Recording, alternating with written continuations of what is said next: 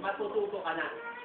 Kung nagkamali ka sa simula, dapat sa susunod, dapat ay matuto ka na. Bakit? Kasi pag hindi ka matututo dyan, alam niyo ang mangyayari? Pag hindi ka natuto dyan, kahit ilang taon ang dumaan, hanggang doon ka pa rin. Tingnan niyo po, yung hindi nakakapasa sa grade 1. Pwede ba sila mag-grade 2? Pwede ba sila mag-college? Hindi pwede yun, nalundag ka sa ano. Pag ikaw ay hindi nakapasa sa grade 1, bigla kang lumundag, mahihirapan ka na, mas lalo kang mahihirapan. Bakit? Kung doon lang sa pagsubok sa grade 1, hindi ka tumagal. Ilalo na pag sa grade 2, ilalo na pag college ka, mas lalo hindi ka tatagal. Kaya kung gusto mo matagalan ang buhay sa mundo, sa grade 1 pa lang, magtagumpay ka na. Amen. Huwag ka papayag na lagi talang tayo na binabato ka ng kaaway. Kailangan magtagumpay po tayo doon. Sabi nga na isang awitin, malayo na ang narating, sa rurok ng tagumpay ay napag-iwanan ka. Diba? Sabi sa chorus, ba't di mo aminin may pagkukulang ka? Ba't di mo subukan ang magpakumbaba? Kailangan sa buhay, nakalimutan ko na eh. Pero yung po yung ibig sabihin ng kanta na, ang tagal-tagal mo ng panahon Kristiyano pero napag-iwanan ka ng marami. Para ibig sabihin ganon. So huwag tayo papayag na mapag-iwanan po tayo. Amen? Kung napag-iwanan mo tayo, hindi po kasalanan ng iba yun. Maniwala kayo, hindi kasalanan ng iba yun.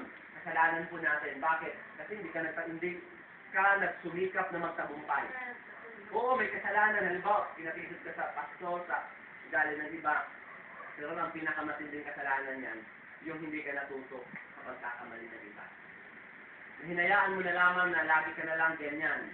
Dapat, nung year 2000 to, may mga pangit na sitwasyon na ayaw mo mangyari na lagi ka na lang nalulugmok. Dapat ngayon 2013, bago na dapat, hindi na dapat natin pamayaniin yung mga bagay na alam natin doon tayo lagi binabatukan ng kaaway. Gusto kaya ng kaaway yun. Pag alam ng demonyo ng kahinaan mo, hindi ka titigilan yan. Kaya dapat ipakita mo, kaya mong lumaban. Ipakita mo na ikaw ay tunay na Kristiyano na lumalaban ng parehas. Diba? Sabi ni Pastor Rinure, bigyan mo naman ng magandang laban ng demonyo. Yung bang lumaharap ng demonyo, nakagapos ka na. O sige, ba't ka mo? Hindi, dapat labanan mo. Bigyan mo ng magandang laban. Bakit? Kaya mo yan eh. Kaya na natin, mga kapatid. Maniwala kayo. Maniwala kayo. Huwag niyo katakutan ng demonyo. Labanan niyo, ang sabi po ng Biblia, labanan mo ang demonyo at lalayo ang kanya.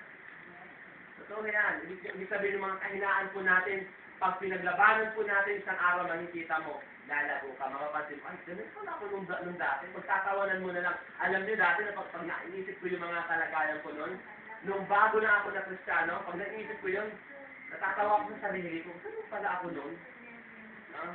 May kahinaan ako, marami akong kapintasan, kahinaan noon.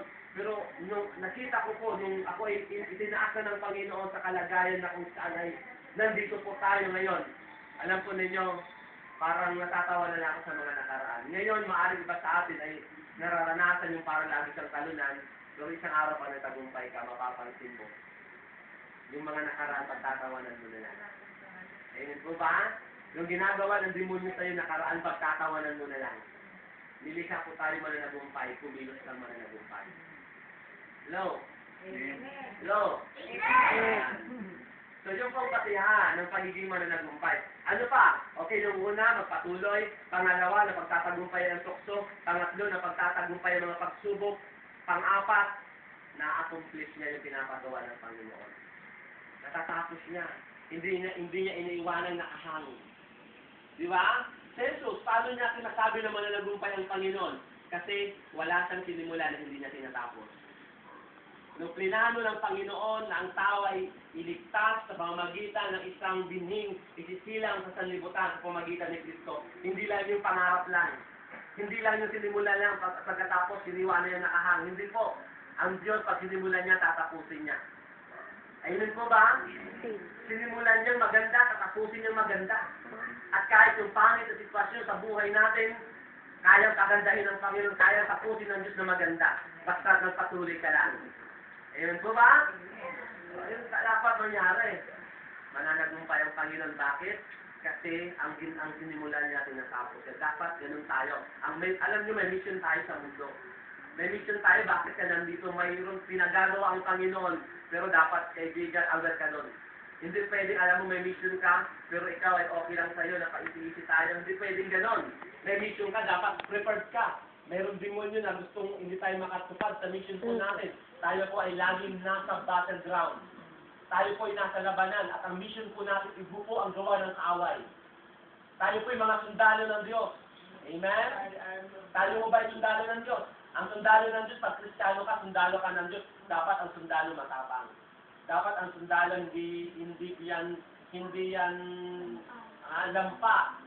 Hindi ka, kahit po sa natural po na pagpasok ka, larangan ng pagsusundalo, hindi ka tatanggapin sa kayong sundalo, ikaw ay, hindi yon. Hindi ka tatanggapin sa kayong sundalo kung hindi ka hanggang lumaban. Amen? Kung ikaw ay lampahin, hindi ka pwede maging sundalo. Kaibigan sa Diyos, hindi ka pwede maging sundalo ng Diyos pag tayo po ay duwag. Pag tayo po ay laging talunan. Duwag humarap sa mga sitwasyon, duwag humarap sa mga pagsubok, duwag maka-encounter ng mga hindi gustong kasama, duwag maka-encounter ng mga pangit na sitwasyon, kapatid, ang sundalo, kahit sa harapan po ng kamatayan, humaharap po yan. At may pagtanggol lamang ang kanyang bayan. May mission po tayo po yung mga bantay, para bantayan ang mga tao na alalayan sila dalhin sa Panginoon. Amen? Hindi po tayo magiging bantay at sundalo kung tayo mismo ay hostage ng kaaway. Kung tayo mismo ay alipi, kung baga tayo mismo ay nasa lagi na lang sunod-sunod sa gusto ng kaaway. Dapat marunong po tayo mag-release, marunong tayo magpumiglas. Magpiglas po tayo pag gusto ng Diablo pag hinahin ka, huwag kang papayag. Huwag kang papayag, palayasin mo sa isipan mo mga bagay na hindi maganda. Amen? Release mo yan. Gamitin mo ang pangalan ng Jesus, magtatagumpay ka. Dahil sinabi na ng salita ng Diyos. Sa pangalan ng Jesus, kaya mo magpalayas ng demonyo. Demonyo sa utak mo, palayasin mo yan. Demonyo panghuna, palayasin mo yan. Ang gagawin lang kasi ng demonyo, ilalagay lang sa isipan yung mga bagay na negatibo. Alright? Makikitago muna ako dyan, ha? Ilalagay lang dyan.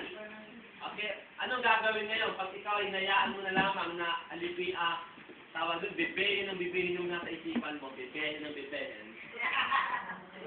Talagang magiging baby ka.